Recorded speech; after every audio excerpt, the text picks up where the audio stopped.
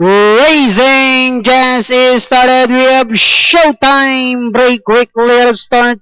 Bull Session in second. Running by the release. Matang Tubig. Gates of Money. Price Dancer comes next. Then followed by Cats Diamond. While Pax Britannica is the early trailer by about 14 lengths of the little one going along for the first turn. We have showtime.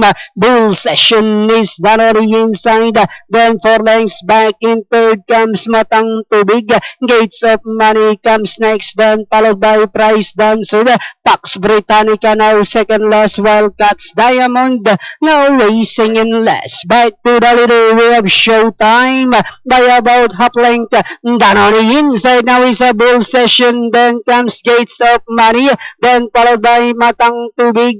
Price Dancer comes next, Pax Britannica, while Cats Diamond is still in last. And they are now entering the home stretch. We have showtime by about 2 lengths.